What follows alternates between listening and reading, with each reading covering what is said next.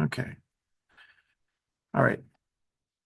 All right. Yeah. So what I'm going to go through is resampling, which is essentially creating a recording of a track or multiple tracks and then adding it back in with the original track for a couple of different reasons. So I'll just start. You'll see kind of what you can do. Um, how you do this though is you have to right click and the track that you want to resample and bounce it. Here, actually, you have to do it on the region. So not bounce in place. Bounce in place will actually replace that track, which you want to keep the original. So bounce will go to post fader to include whatever effects are on it. And it basically creates an audio track here, right? And this audio track is the same. Here, let me go ahead and play it. So here's the original polymer. Just a basic arpeggio sequence. And you'll hear if I solo this one, it's the same thing, right? Now we can mess it up in lots of fun ways. So here, let me zoom in here. All right. So I don't like the track, the little trackball here. Okay, let's mute this. Um, in your tools, if you get out the knife tool, you you can just start cutting it up. And what that can do, it can create like a almost like this rhythmic feel. Um, you want to pay attention to where the audio region starts, because that will give it that sort of the rhythmic feel. So let me pull it back here. So I'm just going to solo this just so you can get an idea what it sounds like. So, right, you still hear it, but it creates this little more variation. Um, you can then, let me go, if you go back to the pointer tool, you can further change these little regions here. Um, it'll automatically create a little fade in at this point. You can adjust these. You might want them shorter or longer, depending on, let's make one short and one long, and that'll change how they feel. You can also, if you right click, you can reverse the file. So it'll basically reverse the audio on just that one little segment. Here, you know what? You can't really hear it as well in one. I'm gonna create a bigger segment here to reverse. It's more apparent. Let's do here. And then one, double, here, right click, reverse. Here, let me play that. So let's see. And if you start to add that back in with the original signal, it basically creates almost like an effect. Where's the volume? Oh, here it is.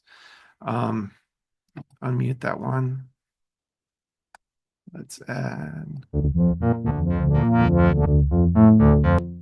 Here, I'm gonna shorten this to just this little one beat. Now, if I start to add this back in,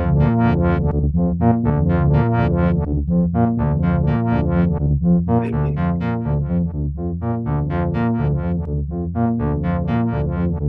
A little more interesting, right? So, and it's basically up to your imagination how you want to mess with this. Now, let me go into something else here. Let me do it here. Let's say I take this segment.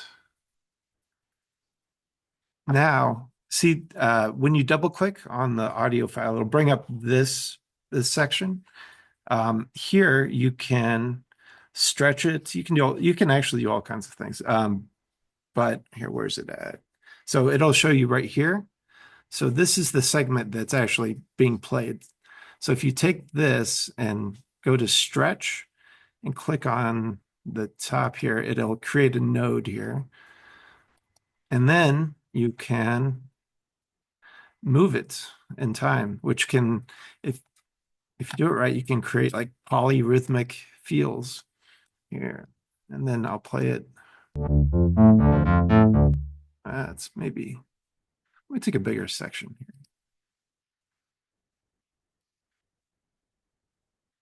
Let's do this. So double click, and whenever you affect this, it only affects that one little segment, even though it's showing the whole file. All right, so let's click here, here. I'm gonna just drag this over, and we're gonna do something kind of extreme here. Bring this back up, maybe mute this here.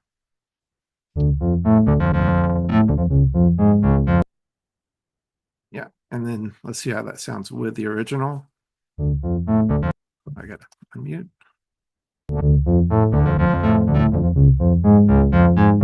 So it has like almost like a affected delay just on one note. Yeah. What other things can you do? Let's, if you drag, you can actually change this whole segment here. Let's just do it a little bit. So now you're going to have two different rhythms going at the same time. On the second half.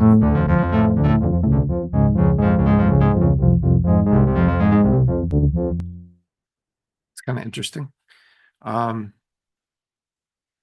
What other elements? So beyond that, you can, I'll do the pad now. So you can create almost like a pad sound from the reverb tail of the main line. So here, I'm gonna stretch this out here.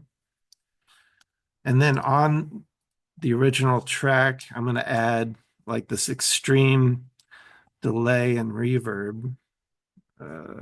Move out of the way. Okay.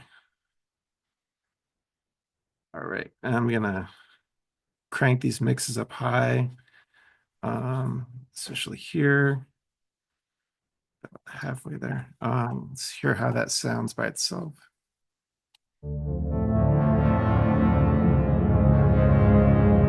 Okay, so what you'll probably the easiest way is to record it in real time. So on a new audio track, on the input, add the original polymer on, but post. So it includes the effects.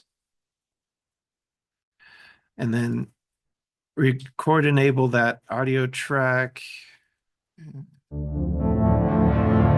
It's going to grab.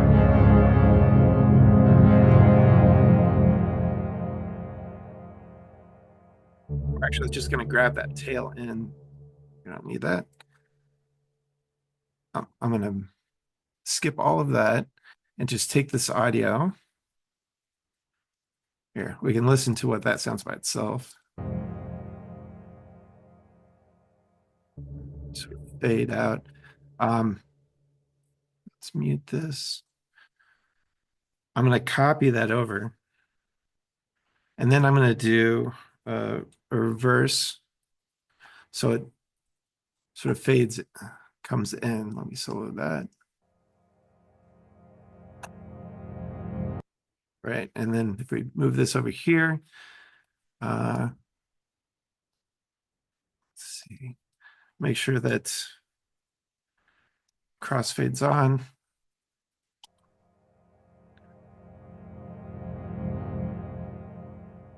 I hear a click. They'll expand the crossfade. Yeah. Well, shouldn't.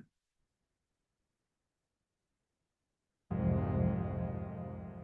don't think I heard it that time. Okay, so I'm gonna just take this off of solo so we can have the original too. Oh, here, all right. We take off the reverb and delay.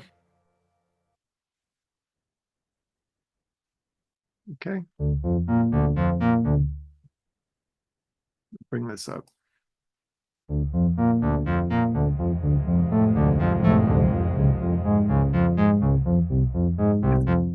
Basically a whole nother track, whole nother line. So yeah. And if you're like me, you have too many expensive guitar pedals. So you can take the track out, put it through whatever effects you want out and bring it back in, record, and do any of these techniques, you know. And it just adds basically its own effect track that you can add its own effects on top of that. You can add reverb or whatever. So I did create this one separately or earlier. Um, just to give you an idea of what it'll sound like. Let's see. Oop, bring this back. Right.